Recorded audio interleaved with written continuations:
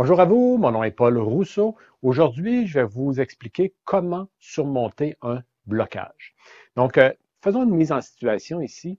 On retourne dans le passé, il y a quelques semaines, quelques mois ou quelques années, même dans votre vie. Et puis, vous étiez sur un bel élan. Donc, sur un bel élan, et puis même, vous étiez en train de gravir une montagne, ça allait bien votre affaire. Tout à coup, vous arrivez devant une problématique, un défi quelconque qui fait en sorte que vous tombez.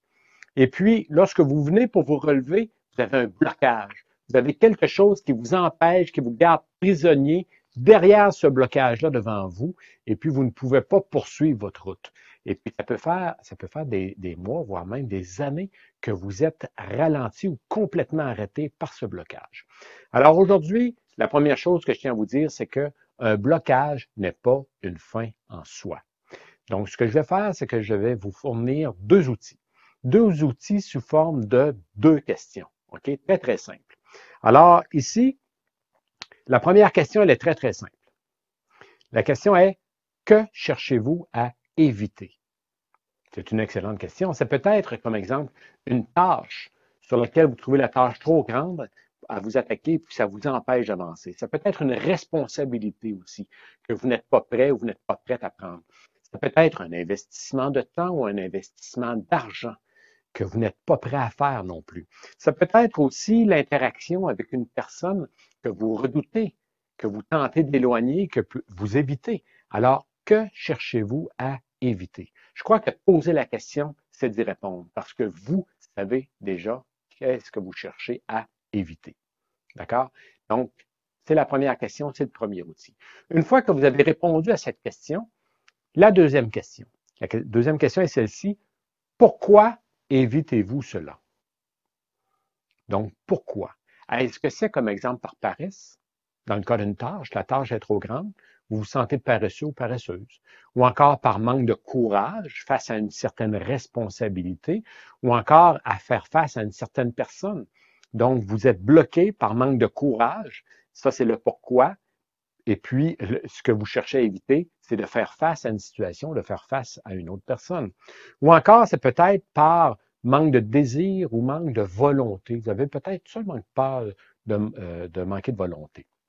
Parlant de peur ici, on peut parler que ce soit la peur du jugement ou encore la peur de l'échec. Combien de gens demeurent pendant des années ou même, voire même toute leur vie, bloqués derrière un blocage et qui ne s'en sortent jamais parce qu'ils ont peur de l'échec.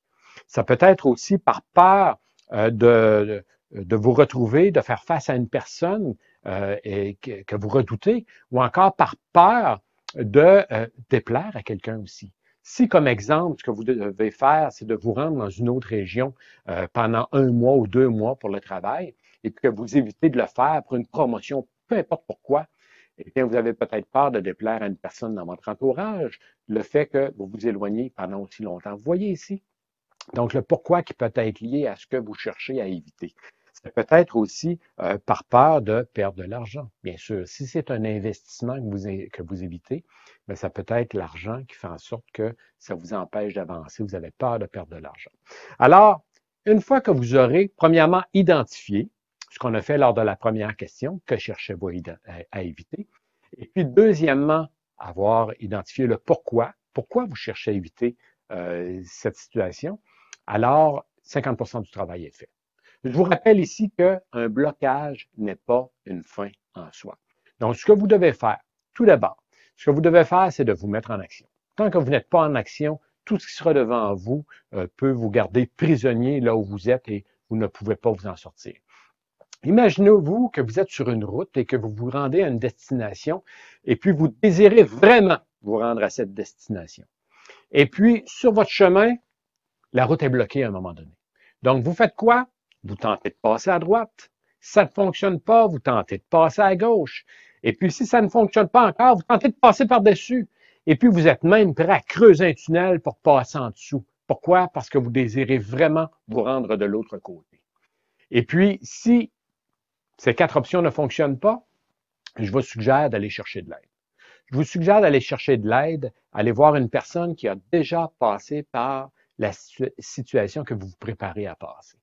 C'est important de choisir une personne qui peut vraiment vous aider. Sinon, si vous allez voir quelqu'un qui n'a seulement qu'une opinion, cette personne-là ne pourra pas vous aider. Et puis, je vous suggère d'aller voir une personne, ça peut être un collègue, un membre de votre famille, quelqu'un qui a vécu ce type de situation, ou encore aller voir un coach ou un consultant, une personne qui a rencontré une multitude de gens qui ont vécu des situations semblables à la vôtre. Vous savez quoi? Tout juste de l'autre côté de ce blocage, aussitôt que vous avancez, que vous comprenez le blocage, que vous apprenez à l'apprivoiser comme exemple, eh bien, vous pourrez passer plus facilement par-dessus et puis vous rendre là où vous désirez vous rendre. Je vous rappelle que un blocage n'est pas une fin en soi. Tout juste de l'autre côté, c'est un nouveau début, c'est une nouvelle vie qui vous attend. Alors, est-ce que vous êtes capable de le faire? Moi, je crois que oui. Moi, je crois que si la vie vous a mis à l'esprit un défi ou vous a mis à l'esprit une destination à vous rendre, c'est parce que vous avez tout le potentiel de le faire. Faites-le maintenant. J'ai une troisième question ici pour vous. Jusqu'où irez-vous? Ciao.